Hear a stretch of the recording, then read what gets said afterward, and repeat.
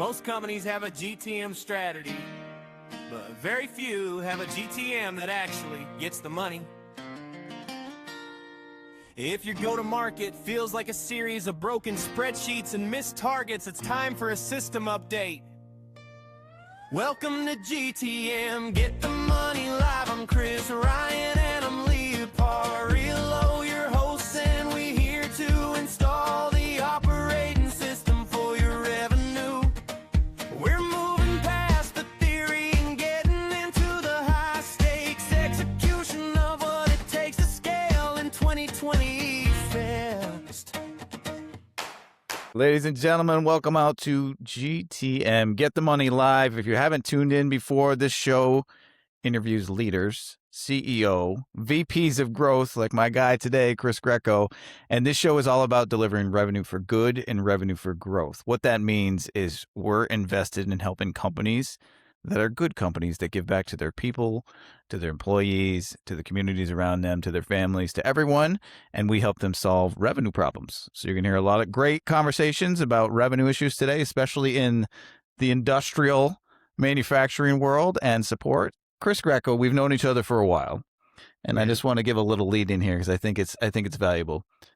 You were a commercial executive for 3 decades. You don't look that old. So congratulations, even though we're pretty much the same age. Thank you.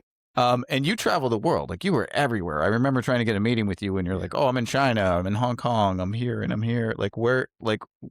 How many countries have you been to? Let's start there. So I think a little over 30. Okay. I've probably visited half before I started working at Environment One in Niskayuna. With them, I traveled all over the world. So I have a thirst for travel, knowledge. I love to see new things. Definitely improved me as a human. Seeing how different people live and interact with really the same things we do here in the U.S. And it's thoroughly benefited me in my life and in business. It's really cool. I mean, I'm very jealous because I like to travel a little less now that I have a young toddler. But I always had the question of, like, how do you manage the time zones? Because again, I would talk to you and you would be like vastly different parts of the world. It was brutal, to be honest. Yeah. This time, let's see, halfway through the year, I would usually have about 200,000 air miles. Oh, wow. And I'd be going through the U.S., quite a bit in Scandinavia, Australia, New Zealand. You're constantly tired. Yeah. You have to be very healthy. You have to work out when you don't want to. You have to eat the right foods. You have to be not afraid to say to the waiter or waitress, can I just have a plain grilled chicken and asparagus and forget all this fancy sauce? Because you're eating out a lot. Yeah. Getting home, the recovery takes days, essentially. So you have to be very fit, healthy, and focused to be able to survive that grind, because it is one. Most people that do that grind are not healthy. Like, again, you go to conferences, you're up 12, 13 hours, or you go to clients and there's dinners and there's steakhouses and there's drinking and all of the things. So kudos to you for navigating those waters. But well, it took a bit of a health scare. To be candid, my health kind of went down, and reality hit me in the face. So I had to be disciplined again. And the funny thing is, a coworker, one of the guys on my team, took a picture of me my first week on the job, and he said, "Stand sideways. I want to take a picture of you, because in 1 year you're going to gain about 35 pounds." He was right. Oh, wow. Yeah. So it was hard to get that off and be disciplined, especially when you're just rocking it around the clock. Do you think he would have told you, like, hey, like, here's ways to get around the 35 pounds? So I don't want to pry, and you don't have to answer this question, but did the health scare come from being a travel commercial executive? I accept full responsibility for that, but for sure. I just made a series of poor choices because you want to have fun and, you want to hang out with a crowd, essentially. So, I realized that I could still have fun with those same people without drinking so much. Yeah. And that's the key. Cause I've seen a lot of people come in and they drink too much, eat too much, and they're not healthy. I mean, every conference, trade show you go to, you always see these events where it's like everybody's super jazzed day one, and by day 2 or day 3, you start to see this decline. People are rolling in late. So, all right. So kudos to you. Thanks. So you've now joined our nutrition part of the episode, ladies and gentlemen. I need another challenge. Yeah. So now walk me through. So you moved over to G&G Lighting. So you're running the industrial sector, which is a somewhat new sector for them because they were big in car wash, industrial lighting. So I'm running both business units. You're doing car both. wash, Okay. yep, and that's more mature. It's more established. That's how the business got its start. There's definitely room to grow, but G&G has the majority of the market share there, recognized as a leader, highly complemented organization. But yes, the focus is to invest and build and really ramp the industrial channel. So that's where the most growth is. The car wash business, total available market, it's kind of small and contained for lighting. Industrial, it's somewhere between 500 million and $1 billion in the harsh lighting that we focus in on. That would exclude high bay lighting or any commercial office building. The focus is really at the task level where you've got requirement for uptime all the time, whether it's in transit rail tunnels or in food processing facilities where you have to certify to extremely high standards. So we shine, pun intended, where others don't. It's a very niche business, and the opportunity, from what I can see so far after about 8 months of being with G&G, is incredible. And we're not even scratching the surface at this point. I mean, I love manufacturing. I'm a bit of a nerd like that. So I love going to these types of facilities. And I remember we had, I don't know, leadership or sales forum or something. We were at your location. You were kind enough to host. And this stood out, and I will never forget this, is that you're going into this place, ladies and gentlemen, and you feel like it's car wash lighting. So all the cool techno kind of lighting you see at the car wash with all the colors and everything. But lo and behold, your BHAG, your big, hairy, audacious goal is to be the first lights on Mars. Yes. So take the impact of car washes and how this is something I learned. You take the impact on how you tell it better than I do. So So the founder has done an amazing job, Jason Baywright, at inventing a light that actually survives in a car wash. I had no clue I was going to be in the car wash business, and what I found is it's one of the most harshest environments for light. For all the obvious reasons. That translates well into the industrial sector. Our founder is a brilliant electrical engineer. He's a visionary and really doing fantastic work. So his goal is to put lights on Mars, and that's our big, hairy, audacious goal. So Jason's tuned the organization to think big. And I actually think we're going to get there. Like, I truly believe we'll be a part of putting lights on Mars. I think we're going to stop at the moon first. That's likely.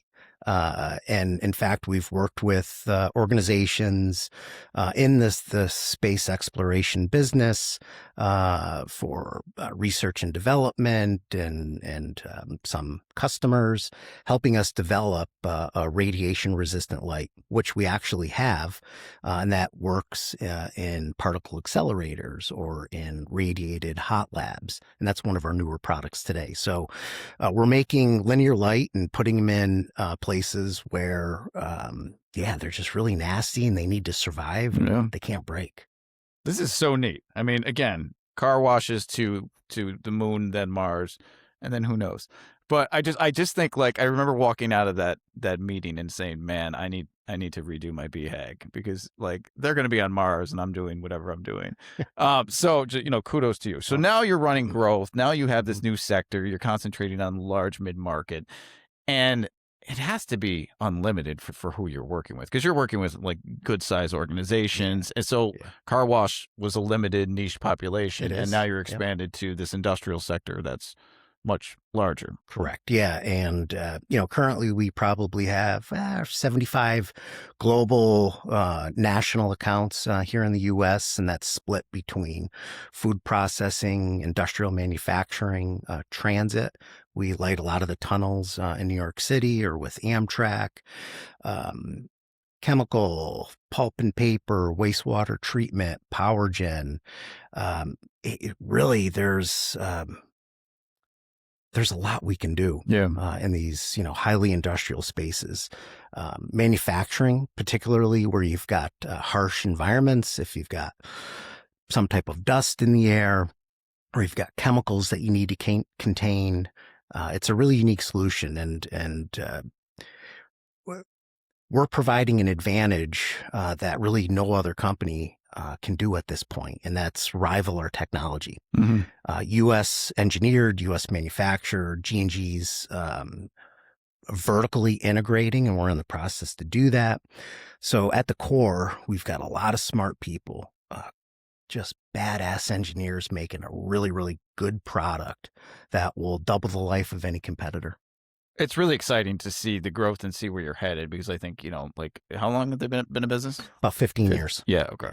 So what are the next 15 years going to look like, right? It's going to be wild. It's a hockey stick. Yeah. So we're this year building, and actually the theme is leveling up. We're strengthening the foundation.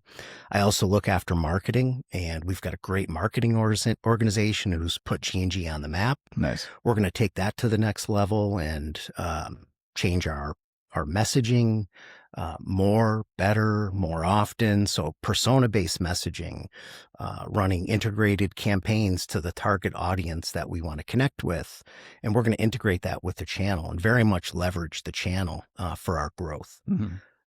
I love, when I was reading your bio, I love that, and it was very similar to GTM. Obviously, we're go-to-marketers, but as a VP of growth, you're like, oh, I'm here to create repeatable, scalable, sustainable revenue systems. And I'm like, most people, like, they want that, but they haven't considered, and you've already said, quite a few things that are a testament to that. But when you got into G&G, right? So you have this robust history of being sales, being frontline, being able to develop accounts, to be able to build a channel, support that channel, right? Everything in this world that it requires. But right now you're tasked with, you're doing something new, right? You're going into these new markets. So it's not just, they're probably used to talking to car wash guys and gals and everything. At G&G, so you moved in, you're developing a new sector. So you have all the challenges and goals and desire to grow this sector. When you're building new teams, new systems, a new channel to be able to support this industrial sector, like, where do you start first? So it's an awesome question, and I'm not sure if there is a right answer.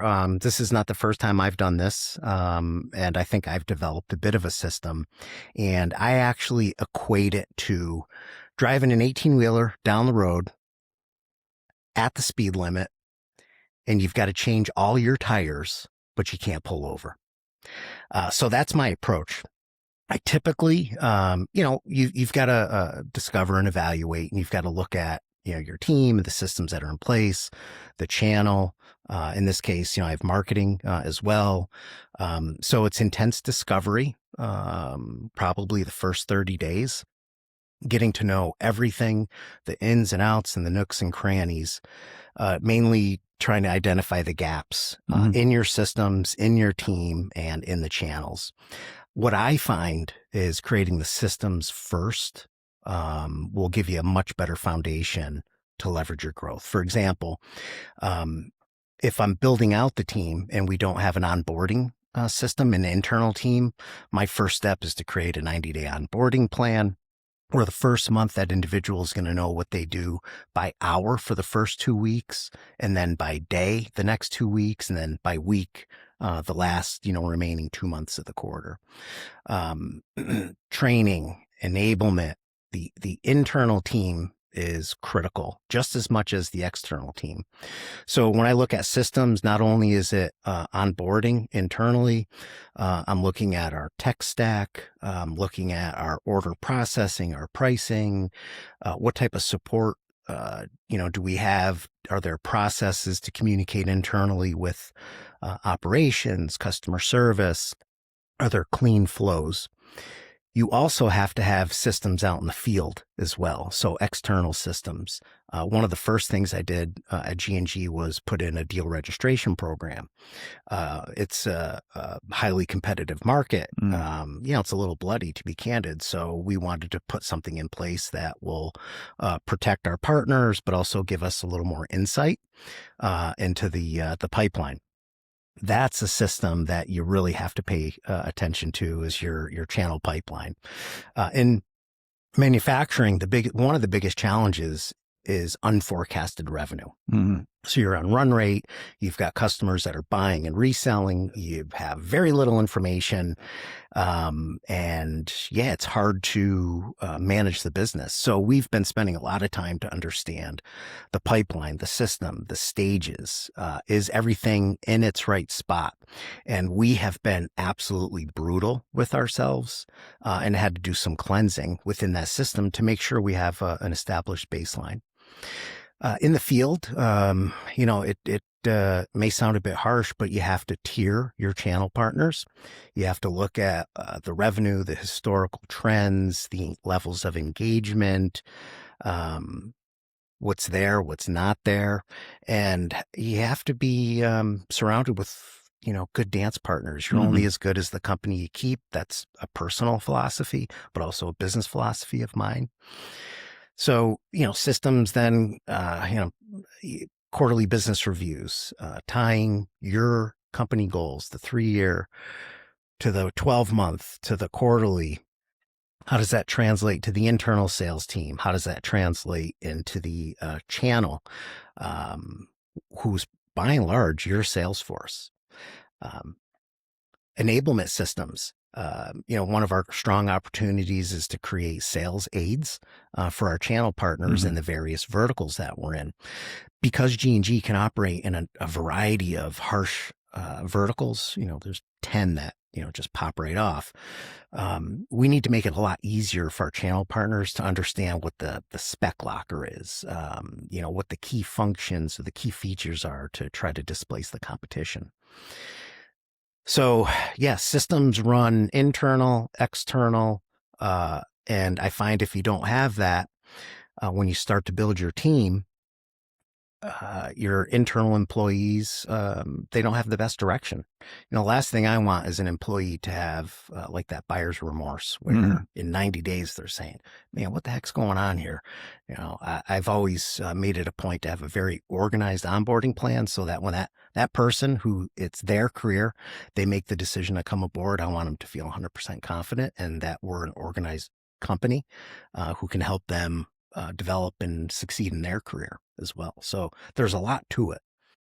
There's definitely a lot to it. And I think you're painting a very clear picture of how complex developing a channel is. Because it's like, if you're not familiar with channel, ladies and gentlemen, like, you don't control this, right? You can only influence it. It's not your business that you can. Correct.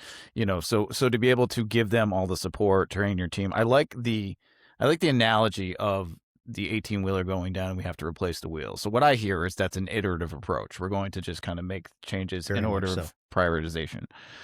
But you, as you're leveling up this year to use your annual goal, to be able to build systems and to build teams while you're driving the truck is a very hard thing to do. And then you throw in the complexities of internal and external development that you have to do.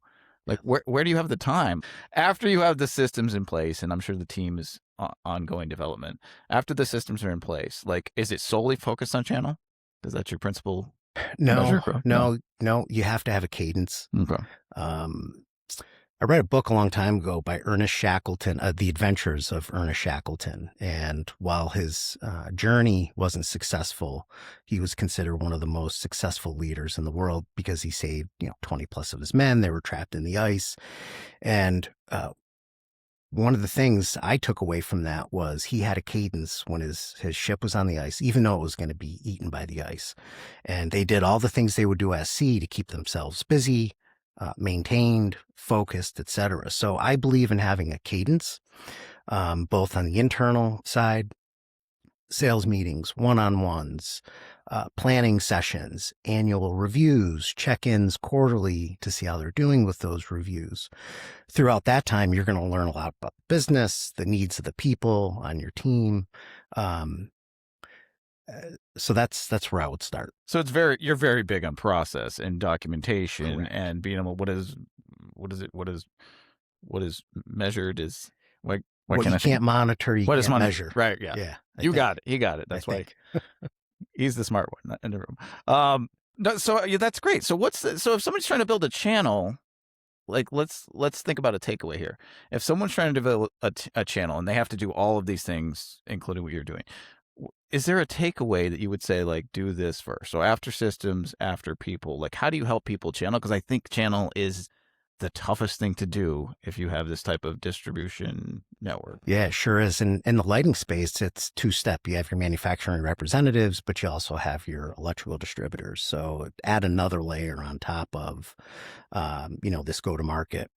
So first it starts with, again, you run your evaluation, look at the historicals, you find your high points, your low points, you stack rank, and then you have to meet with all your principals. I had the luxury of attending an event where I was able to meet probably 2/3 of the industrial partners. They all came to you. It was a speed dating business plan update type event. It's very fast and furious. It's a lot of fun, but it afforded me the ability to meet, again, half of my partners. Years ago, it took me about a full year to get out and meet 35 distributors who were stocking distributors. In our world, we have very few stocking distributors. We're providing, in some cases, a custom solution, and it definitely needs to be engineered. So you've got to evaluate your network. You got to find, those bright spots, and you want to surround yourself with those tier one partners. You want to make an investment of time, money, and you want to work with your tier two partners as well. You probably can't afford to give them as much attention, but the goal is to bring them up and join that, tier one group. I was going to say, it sounds like you're creating a path to get them from tier 2 to tier 1 and provide the support at the level of engagement or connection with them. Correct. And I'm a big fan of being intimate with our manufacturing reps. We want to be in the field. We want to be, a part of the game, a part of the battle. So we will provide target accounts, some direction on where we'd like to go. We joint strategize with our tier one partners with a quarterly business review. It is essentially a scorecard, but it's also the map on where you want the journey to begin and end up. And I try to look things, begin with the end in mind. And that's really served me well. And I think if you look at your current state and your end state, the job's to figure out what you have to do in the middle to get from, start to finish. And that's where a lot of that channel work happens. So evaluating your partners, getting out in the field, truly understanding their business and where, my team can add value, whether that's in a support function, a training function, to be the subject matter expert, to lead that partner to areas that we want to go into, and have a lot of fun while you're doing it. Yeah. That's like the key. We're all trying to win together. It sounds like the relationship is the key. So again, you're doing a lot of the same things that most channel will develop, but I think you're doing it at a much higher level because, again, the segmentation, the speed dating, being able to get out, boots on the ground. But it's still like the channel, when we've been tasked to help channel, it's been, let's create some documents or let's build some back end systems, so access is there. So when they're selling your products versus everybody else's, they have more than enough. I like this grassroots kind of guerrilla approach of like, you know what, we're going to meet them on the ground. We're going to have these big events. We're going to connect with them. That has to carry weight. That's immeasurable. You can't ask your channel to do stuff without the proper tools or the proper people. Sure. And, we have to own that as a sales leader. If you're going to ask your team to step up, we have to step up as well. The relationship's paramount. That's where trust lies and lives. And if your partners trust you, they're going to work hard for you. You want to be really easy to do business with. Pick up the phone anytime they call. It's not a 9-to-5 job living in the channel. You're working nights and weekends and you're there to serve the customer, but being maniacal about the customer, mind share is really my biggest competition. And these lighting firms, they might have 100 different lines, Right. right? How's our company going to stack up to some of the big, players out there? So we have to be really agile and fast, and the product has to be bomber. And I've been fortunate enough at my last role and today, the product that I start out with is on the 50-yard line from a football analogy perspective. So we're starting out a lot further than having to, run it back from the end zone. I've worked a ton in manufacturing and channel, and I've seen it from both sides, like the dealer level, let's say, versus the OEMs. And, but I don't see that approach too often. I would say less than 5% of the people that we work that are running a channel are that maniacal about treating their customers like, and I think that's the edge. Like this is a presumptive question, but are your competitors not doing this? Because I don't see it, and I've been doing this for 15 years supporting that world, but it baffles me sometimes. Shocking, right? It really is. And, I can think of an example where, we displaced an incumbent and they may not even know about it yet. And it's been a while. Wow. Yeah. That's terrifying. So it's great for us. It is good for you. Yeah. Well, it's great for the customer. Like, think about it, Absolutely. Right? So I love the approach. Again, I don't know when you have time to do all these things, but I like the prioritization. I like that you're reverse engineering to have a good year. You have to have 4 good quarters. This is really helpful. And again, the VP of growth is a big title. You just have so much to do because you're doing CRO work, you're doing CMO work, you're running internal and external. Yes, and many hats. So I'm excited to see where this is going, and just make sure that if you go to Mars, you reference this podcast and we get some sort of love. I certainly will. On Elon Musk's ship or whatever, however you're getting up there. So part of the show, Chris, is we always have a mystery question. I'm fascinated by the amount you travel. Like, I think I travel a lot. It's, a fraction, like 1% of what you travel. So do you miss it? I have several questions. Okay. Do you miss it? I don't miss the grind of it. Okay. And delayed flights and, having to travel 30 hours to get home. That part's tough. I absolutely miss my friends and coworkers, friends in Sweden, Mexico, Germany, Finland, Norway, Australia, New Zealand, throughout the Caribbean. And of course, the domestic travels, not as much these days, but I definitely miss the friendships. I miss the different landscapes, but the grind of it, that's hard. Yeah. I'm in a happy spot right now with the amount of travel. I was going to say, you've paid your dues over the years, and now you're home with the family, and you get to do the lake life and all the fun things. So it's interesting though, because you said like the value of culture. You obviously built a lot of relationships. You probably get a lot of Christmas cards, maybe Christmas presents. But what was your favorite place to go to? If you're like, I absolutely love this location, and it can be for the culture, or it can be for the climate, like whatever you think makes it the favorite. New Zealand. Yeah. Okay. Yeah. The people are amazing. Super nice, down to earth, good business minded, but not as edgy as an American. They know how to live life. They have a good balance. Australians really know how to balance life. They have more vacations than work time. That's probably for the people. From a culture standpoint, I love Holland. I love Sweden. A lot of history. I'm a former art major, fine arts major, so I really have an appreciation for that. Amsterdam's probably my most favorite city in the world because of the culture. That's great. Okay. Amsterdam and New Zealand. And not Amsterdam, New York, where I grew up. Are you from Amsterdam, New York? I am, yes. Also an industrial manufacturing hub. Okay, so if you're looking for a place to travel, ladies and gentlemen, New Zealand and or Amsterdam. Where do you go on vacation? This is just you've been everywhere. Lake. So you stay low. So you're a staycation kind of guy in the summertime. Okay, absolutely. Gotcha. Yeah. We go to Northern Ireland, where my wife is from. We try to see places in the U.S. that we haven't been to. My wife's been to like 20 states, more than most Americans, as a Northern Irish. But there's definitely a few places on my list that I need to see. There's some places in South America that I want to go back to. I want to go to Africa. My wife owes me a trip to Morocco. There's a few places, about 5 or 6, but So I have a trip for you. Yeah. So my wife is going to Morocco in April Okay. because she's an ultra runner and wants to run the Sahara. Oh my God, that's crazy. Correct. Yeah. So anyway, so if you're looking for a trip, she'll be there next. I'm trying to get me and my daughter out there as well, but she's focused and she obviously needs to run the Sahara. I'm getting the same feeling that when I left G&G, I was like, wow, I need to have a better BHAG. I'm getting the same feeling learning and knowing more about you. Like, I want to live more life because I'm hearing the stories, like all the culture and all the places. Again, we started before the show talking about Chris potentially writing a book someday. I think you 100% should write a book. And again, just a little footnote or something would make me happy. So Chris Greco, G&G Lighting, where can people find you if they want to learn more about how dynamic of a human you are? Yeah, I'm on LinkedIn.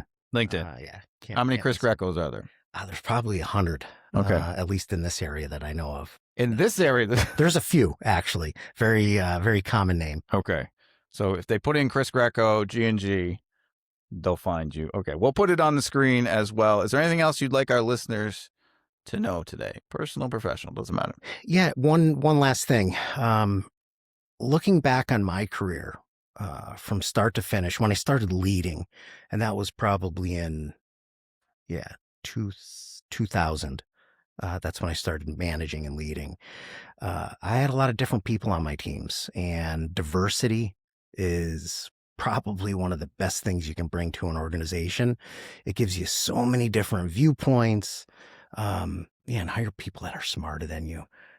That's truly the work. Diversity and hire smarter people. Yeah. That's easy for me. Everybody's smarter than me. So, all right. Chris Greco, LinkedIn, G&G Industrial Lighting. We will see them on the moon with a footnote for GTM Get the Money. We go